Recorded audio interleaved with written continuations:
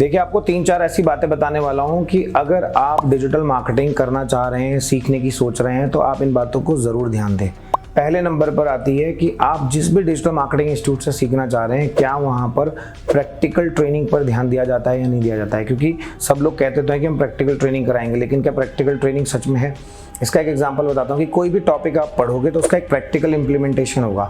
वो practical implementation generally लोग dummy कराते हैं। तो डमी नहीं होना चाहिए, किसी प्रोजेक्ट ओरिएंटेड होना चाहिए, किसी प्रोडक्ट पर होना चाहिए, किसी पर्टिकुलर वेबसाइट पर इंप्लीमेंट होना चाहिए। अगर ऐसा नहीं हो रहा है तो आप कभी भी अच्छे डिजिटल मार्केटर नहीं बन पाएंगे।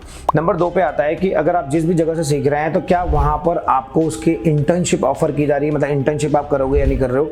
क्योंकि अगर इंटर्नशिप नहीं होगी तो जो आपने सीखा है वो सिर्फ पता तक रह जाएगा।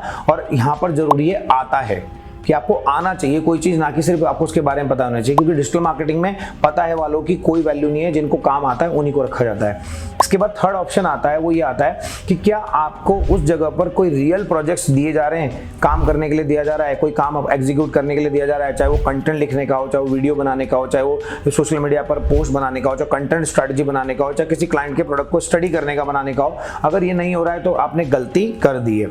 इसके बाद लास्ट ऑप्शन ये आता है, वो है सेल्फ स्टडी।